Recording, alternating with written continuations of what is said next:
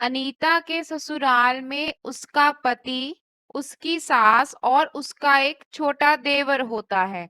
वैसे तो सब कुछ ठीक ही चल रहा होता है। अनीता ने सारा घर अकेली ने संभाल रखा था। वो सारे घर के काम बहुत अच्छे से कर लेती थी। उसकी शादी को 7 साल हो गए थे, पर अफसोस उसके कोई बच्चा नहीं था। इसी कारण उसकी सास उसे आए दिन सुनाती ही रहती। अरे अनीता, तुम्हें बिल्कुल शर्म नहीं आती?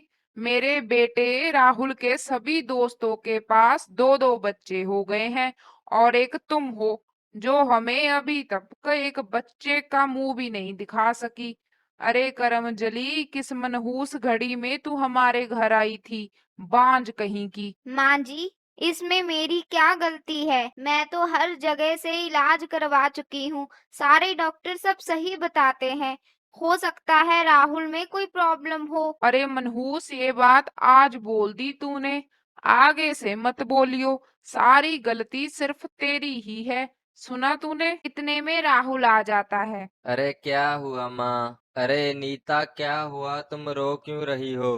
अरे इसे क्या होना है, होना तो मुझे है। मुझे लगता है पोते पोती का मुंह देखे बिना ही मैं मर जाऊंगी। माँ, क्यों तुम इस बात के पीछे पड़ी रहती हो? अरे पीछे क्यों ना पड़ूं मैं, तू तो मेरी बात सुन ले।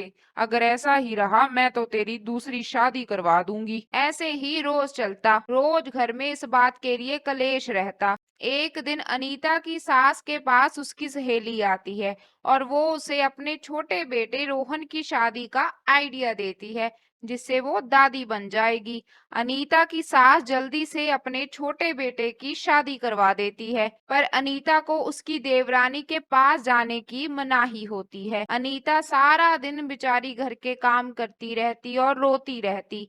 अनीता की देवरानी एक दिन सभी घर वालों को खुशखबरी सुना ही देती है। अनीता को ये सुनकर बहुत जलन होती है और ऊपर से उसकी सास उसे ताने देने से परहेज ना करती। अनीता के मन में उसकी देवरानी के लिए नफरत पैदा होने लगी। एक दिन अनीता अपनी देवरानी के लिए दूध बना रही होती है और दूध में कुछ मिला देती है और मन ही मन कहती है, अगर मैं माँ नहीं बन सकी तो क्या हुआ? माँ तो मैं तुझे भी नहीं बनने दूंगी।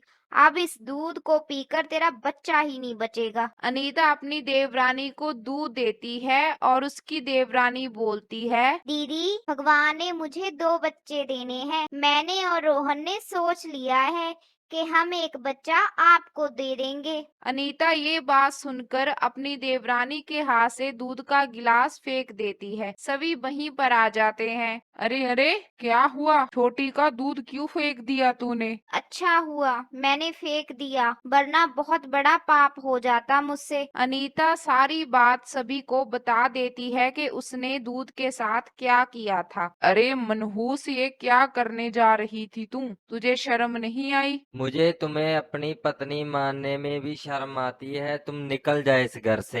नहीं जेठ जी, इसमें दीदी की कोई गलती नहीं है। अरे माँ जी, आप दीदी को जब देखो ताने देती रहती थी और हमारा ये समाज भी ताने देने का कोई मौका नहीं छोड़ता। इन सब के कारण एक औरत के मन में जलन पैदा हो ही जाती है।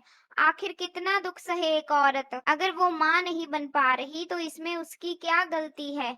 आप सबको दीदी का साथ देना चाहिए, ना कि उनको ताने। अनीता की सास अनीता से माफी मांगती है और मन ही मन बहुत पछताती है और रोने लगती है। बेटा, मुझे माफ कर दे। मैं कितने सालों तक तुझ पर जुल्म करती आई हूँ। मुझे माफ कर देना बेटा। दीदी, आप फिक्र मत कीजिए। मेरे दोनों बच्चों में से एक बच्चा आपका ही है। अब आपको कोई बांझ नहीं बोलेगा। आप भी एक बच्चे की माँ बनेंगी। ऐसी नई नई कहानियों के लिए हमारे चैनल को सब्सक्राइब कर देना।